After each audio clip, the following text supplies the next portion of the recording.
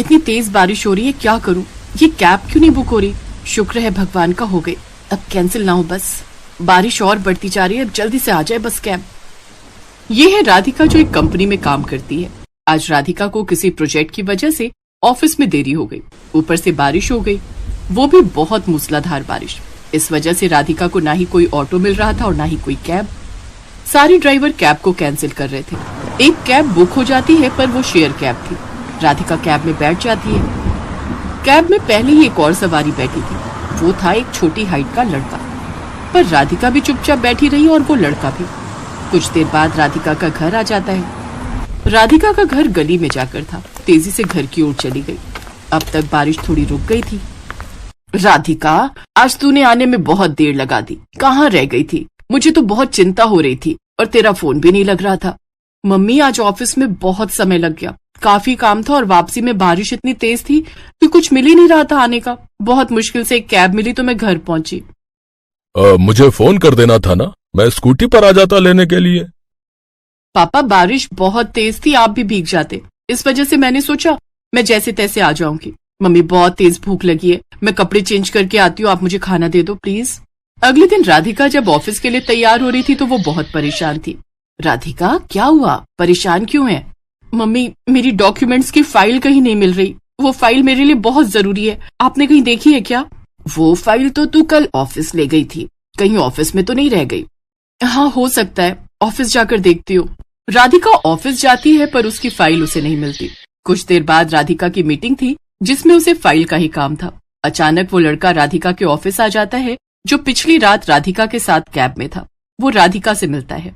जी नमस्ते, मेरा नाम रोहित है। कल रात आप मेरे साथ शेयर कैब में बैठे थे, आप अपनी ये फाइल कैब में ही भूल गई थी। मेरे पास आपके घर का तो एड्रेस नहीं था, बट आपका ऑफिस एड्रेस इस फाइल में लिखा हुआ था। ये लीजिए आपकी फाइल। जी, मुझे याद आया, थैंक यू सो मच, आपने मेरी फाइल संभाल कर रखी, वरना मेरा बहुत लॉस हो जाता। तभी ऑफिस का स्टाफ रोहित की छोटी हाइट को देखकर हंसने लगता है। अबे ये तो बौना है, कितनी छोटी हाइट है यार इसकी। हाँ देखा तो, पर ये राधिका से मिलने क्यों आया है? कहीं ये बौना राधिका का बॉयफ्रेंड तो नहीं है? सब बहुत हंस रहे थे। राधिका और रोहित सबकी बातें सुन रहे थे। रोहित चुपचाप वहाँ से चला जाता है। कुछ दिनों बाद राधिका को पता चलता है कि उसके लिए एक बहुत अच्छे घर का रिश्ता आया है। बहन जी, लड़का बहुत अच्छा है, बहुत मेहनती है, आपकी बेटी उस घर में खुश रहेगी। मैं तो कहती हूँ रिश्ते के लिए हाँ कह दो। शांति जी, लड़के की हाइट बहुत छोटी है, हमारी राधिका के मुकाबले तो लड़का हाइट में छोटा रहेगा। नहीं नहीं, सब कितनी बातें बनाएंगे, अगर हमने ये रिश्ता कर दिया तो। ये रहने दो, आप कोई और रिश्ता बताओ। ठीक है, फिर मैं कोई और रिश्ता बताती हूँ। आंटी जी, आपने लड़के का नाम क्या बताया था? रोहित नाम है लड़के का, ये फोटो है, एक बार तुम भी देख लो। राधिका देखती है ये लड़का वही रोहित है जो उसे कैब में मिला था और फाइल भी देने ऑफिस आया था। राधिका अपने मम्मी पापा से इस बारे में बात करती है और उन्हें समझाती है कि लड़का बहुत अच्छा है, इसलिए वो उससे शादी करना चाहती है। राधिका के बार बार कहने पर उसके मम्मी पापा शादी के लिए मान जाते हैं। जब रोहित और राधिका एक दूसरे से मिलते हैं तो रोहित हैरान रह जाता है कि वो लड़की राधिका है जिसने उससे शादी के लिए हाँ बोला है। तुम तो जानती हो कि मेरी हाइट बहुत कम है, मैं बहुत छोटा हूँ, फिर भी तुमने मेरे से शादी के लिए हाँ कह दी। वो तो मम्मी पता नहीं मेरा रिश्ता भेजती रहती हैं, जबकि मैं जानता हूँ मेरी छोटी हाइट की वजह से कोई भी लड़की आसानी से शादी के लिए हाँ नहीं कहेगी। राधिका, तुम्हें तो मुझसे लाख गुना अच्छे लड़के मिल जाएंगे, अभी भी समय है, तुम मना कर दो। रोहित, मैंने आपका नेचर देखकर इस शादी के लिए हाँ की है। मैं आपको पसंद करती हूँ, पर मुझे ये नहीं पता कि आप मुझे पसंद करते हो या नहीं। ऐसी बात नहीं है राधिका, तुम्हारे जैसी लड़की का लाइफ पार्टनर बनना बहुत किस्मत की बात है। तो बस बात यहीं खत्म हो गई। मुझे आपसे ही शादी करनी है, मैंने सोच लिया है। और फिर राधिका और रोहित की शादी हो जाती है। शादी के फंक्शन में सब राधिका और रोहित की जोड़ी को देखकर बहुत बातें बना रहे थे, पर राधिका को इस बात से कोई मतलब नहीं था। सुलोचना बहन जी, आपको अपनी राधिका के लिए इतना छोटा लड़का ही मिला था? राधिका तो देखने में सुंदर, लंबी, चौड़ी थी, इसके जैसे हाइट वाला लड़का ढूंढना था, ये क्या बौना सा ढूंढा है? अरे सुलोचना, वहाँ राधिका की सास तुम्हें बुला रही है, जयमाला का समय हो रहा है। जी मैं अभी आई, आप लोग कुछ लीजिए। राधिका के ऑफिस के भी फ्रेंड्स जब शादी में आए तो वो भी राधिका की चॉइस को देखकर बातें बनाने लगे। राधिका, ये तो वही है ना रोहित जो उस दिन तुम्हारी फाइल लेकर आया था? तुमने भी क्या लड़का पसंद कर लिया, इतना छोटा, कम से कम अपने बराबर की हाइट का तो चुनती। स्वीटी प्लीज, मैं चाहती हूँ तुम सब शादी में आए हो तो इस तरह की कोई बात मत करो। मैं तुम सबको अच्छा दोस्त मानती हूँ, इसलिए ऐसी बातें करके मेरे और अपने रिश्तों को खराब मत करो। और तुम सब खाना खाकर जाना। राधिका ने सबको चुप कर दिया। राधिका की शादी हो गई। उसने सबकी बातों को अनसुना कर दिया और शादी के बाद वो नई नवेली बहू बनकर रोहित के साथ गृह प्रवेश करती है। तुम्हारे आने से इस घर में कितनी रौनक आ गई है बहू। रोहित तुम्हारी बहुत तारीफ करता था। पता है उस दिन जब पहली बार तुम कैब में मिली थी तो उस दिन ये बारिश में बहुत भीग गया था। रात को ये सोया तो इसे तेज बुखार हो गया। डॉक्टर बोल रहे थे कि रेस्ट करना है, पर इसने कहा नहीं, ये फाइल जिनकी है उन्हें देना बहुत जरूरी है। तब से तुम्हें बहुत पसंद करता है रोहित, इसीलिए फिर मैंने इसे बिना बताए शांति बहन को तुम्हारे घर रिश्ते के लिए भेजा था। रोहित, आपको उस दिन बुखार था और आप मुझे तभी से पसंद करते हो। ये सब सुनकर मेरे मन में आपके लिए रिस्पेक्ट और बढ़ गई है। राधिका की आंखों में खुशी के आंसू आ जाते हैं, क्योंकि सचमुच रोहित बहुत अच्छे स्वभाव का था। कुछ दिनों की छुट्टियों के बाद राधिका एक बार फिर से ऑफिस ज्वाइन करती है। इधर रोहित ने भी अपने काम पर जाना शुरू कर दिया था। कुछ दिनों बाद राधिका के बॉस के बेटे का जन्मदिन था, इसलिए राधिका का बॉस सबको जन्मदिन की पार्टी में बुलाता है। अरे रोहित, आप अभी तक तैयार नहीं हुए? आपको मैंने बताया था ना मेरे बॉस मिस्टर शर्मा के बेटे का जन्मदिन है। राधिका, मन नहीं है जाने का। पता नहीं सब अजीब सी बातें करते हैं। ऐसे क्यों बोल रहे हो? चलो ना, कुछ नहीं होगा। जब मैं आपके साथ हूँ तो आप टेंशन क्यों ले रहे हो? कोई कुछ नहीं कहेगा, और अगर किसी ने कुछ कहा तो मैं हूं ना सबको संभालने के लिए। चलो अब आप जल्दी से तैयार हो जाओ। अब आप ये मत कहना कि मैं अकेले चली जाऊं। मैं अकेली नहीं जाने वाली। रोहित बेटा, जब बहू कह रही है तो तुम्हें जाना चाहिए, और वैसे भी तुम दोनों की नई नई शादी हुई है। बहू अकेले जाएगी तो उसे खुद को अच्छा नहीं लगेगा। जाओ, जाकर तैयार हो जाओ। सबके कहने पर रोहित तैयार हो जाता है। राधिका रोहित के साथ बर्थडे पार्टी में पहुंचती है। वहाँ बॉस की बीवी रोहित का मजाक बनाने लगती है। अच्छा, तो तुम राधिका हो? तुम्हारी अभी नई नई शादी हुई है ना? ये मुझे बता रहे थे। राधिका, बुरा न मानो तो एक बात कहूँ? जी मैम, प्लीज बोलिए। जहाँ तक मुझे पता है तुम्हारी ये लव नहीं अरेंज मैरिज थी, तो तुमने ऐसा लड़का क्यों चुना जो तुमसे हाइट में बहुत छोटा है? तुम दोनों की जोड़ी एक पूरब तो एक पश्चिम लग रही है। मैम, प्यार तो कुछ पलों में भी हो जाता है। रिश्ते बनाने के लिए सालों की जरूरत नहीं होती। शादी लव हो या फिर अरेंज, बस रिश्तों में प्यार होना चाहिए। कुछ रिश्ते सालों चलने के बाद भी टूट जाते हैं, और कुछ रिश्ते जन्म जन्म के लिए बन जाते हैं। मेरा और रोहित का जन्म जन्म का साथ है। मैं रोहित से बहुत प्यार करती हूँ और मेरे लिए ये परफेक्ट हस्बैंड है। तभी शोर मच जाता है। बच्चे जिस एरिया में झूला झूल रहे थे वहाँ पर एक सुरंग वाला झूला खराब हो गया और वहाँ पर सब परेशान हो गए। अरे कोई तो रास्ता होगा, मेरा बेटा सुरंग वाले झूले में फंस गया है, कोई उसे बचा लो। मेरे बच्चे को बचाइए, उसके रोने की आवाज आ रही है। वो घबरा रहा है, सुरंग बहुत छोटी है, वो फंस गया है उसमें। घबराइए मत, मैं सुरंग के अंदर जाऊंगा। आपके बेटे को कुछ नहीं होगा, मैं उसे कुछ नहीं होने दूंगा। मुझे पूरा विश्वास है आप पर। आप आशु को कुछ नहीं होने दोगे। रोहित की हाइट छोटी थी, इस वजह से वो आराम से सुरंग में जा सकता था। कुछ ही देर में रोहित आशु को उस सुरंग वाले झूले से बाहर सही सलामत निकाल लेता है। सब लोग रोहित की बहुत तारीफ करते हैं। ये कहानी यही सीख देती है कि हमें जीवन में कभी भी किसी के शरीर की बनावट और रंग रूप का मजाक नहीं उड़ाना चाहिए, क्योंकि कमियां तो बहुत मिल जाएंगी पर अच्छाई बहुत कम देखने को मिलती है।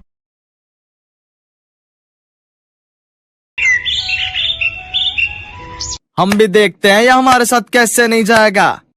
ये मेरे पति हैं और मैं इनकी धर्म पत्नी हूँ। आप इनसे जबरदस्ती नहीं कर सकते। आज रजनी अपने जिस पति के लिए दुनिया से लड़ रही थी वो एक किन्नर है। सागर के जन्म से पहले सावित्री रामपुर में अपने पति रमेश और सास के साथ रहती थी। अरे सावित्री, क्या कर रही है? पता है ना दाइमा बोल कर गई थी, इस हालत में तू आराम किया कर।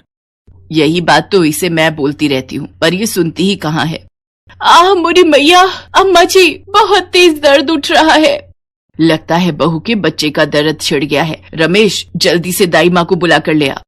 अम्मा, तुम सावित्री को संभालो, मैं अभी लेकर आता हूँ। रमेश दाई माँ को लेकर आता है। वो और उसकी माँ दोनों बाहर इंतजार कर रहे थे। तभी दाई माँ बाहर आती हैं। उनका मुंह उतरा हुआ था। क्या बात है सुशीला, तेरा मुंह क्यों लटका हुआ है? बहू और बच्चा ठीक तो है? अब मैं क्या ही बोलूं अम्मा जी, तुम्हारे पिछले जन्मों का कर्म कह लो या इस जन्म की कोई भूल कह लो, तुम्हारी बहू ने एक किन्नर को जन्म दिया है। क्या? ये तू क्या कह रही है सुशीला? सावित्री बहू ने किन्नर को जन्म दिया है? सत्यानाश हो, जन्म भी दिया तो एक किन्नर को। अब क्या होगा अम्मा, हम तो पूरे गांव में मुंह दिखाने के लायक नहीं रहेंगे। मैं एक किन्नर का बाप कहलाऊंगा, ये हरगिज नहीं हो सकता। मैं अभी जाकर उस बच्चे की गर्दन दबा दूंगा। दाई माँ वहाँ से चली जाती है। रमेश गुस्से में सावित्री के पास जाता है और उस बच्चे का गला दबाने लगता है। नहीं नहीं, ऐसा मत करो। ये जैसा भी है, जो भी है, बदनसीब मेरी औलाद है। मेरी कोख से मैंने इसे जन्म दिया है। इसे मत मारो, छोड़ दो मेरे बच्चे को। रमेश, पड़ी रहने दे नास पीटी को इस नास पीटे के साथ। तू मेरे साथ आ। रमेश माँ के साथ बाहर जाता है। सावित्री उन दोनों की बातें सुन लेती है। देख रमेश, इस बच्चे को अभी हाथ लगाया तो पूरे गांव में शोर मच जाएगा। रात के अंधेरे में जब सावित्री सो रही होगी तब इस किन्नर को बहती नदी में फेंक देंगे। मैं अपने बेटे को कुछ नहीं होने दूंगी। मैं चली जाऊंगी यहाँ से। सावित्री अपने बेटे को लेकर वहाँ से भाग निकली और मंगलपुर गांव में आकर रहने लगी।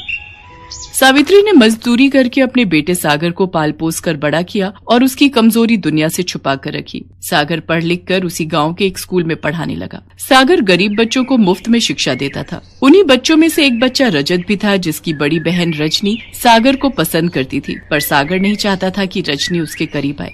सागर, तुम मुझसे दूर क्यों रहते हो? यही कारण है ना कि मैं पढ़ी लिखी शहरी लड़कियों की तरह सुंदर नहीं दिखती। पर तुमने कभी मेरा दिल निकाल कर देखा होता तो इस पर तुम्हारा ही नाम लिखा है। रजनी, बस है कोई वजह जो मैं तुम्हें नहीं बता सकता। इस कारण तुम मुझसे कोई उम्मीद मत रखो। रजनी को बहुत दुख पहुंचता है। कुछ समय बाद रजनी की शादी विनोद नाम के लड़के से तय हो जाती, पर शादी के दिन विनोद का पिता दहेज की मांग लेकर अड़ जाता है। सेठ जी, मुझे कुछ दिन की मोहलत तो दो। जैसे ही फसल बिकेगी मैं बाकी के रुपए भी आपको दे जाऊंगा। तो ठीक है, हम बारात वापस ले जाते हैं।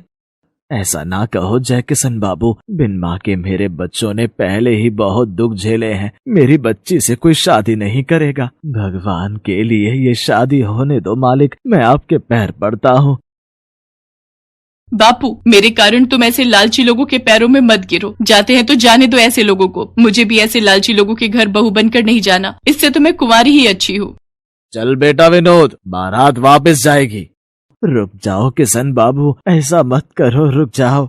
रजनी की बारात वापस लौट जाती है। ये सदमा रजनी बर्दाश्त नहीं कर पाती और वो आत्महत्या करने के लिए कुएं में कूद जाती है। अचानक सागर उसे देख लेता है और वो भी उसके पीछे कुएं में कूद जाता है और किसी तरह रजनी को कुएं से बाहर लाता है।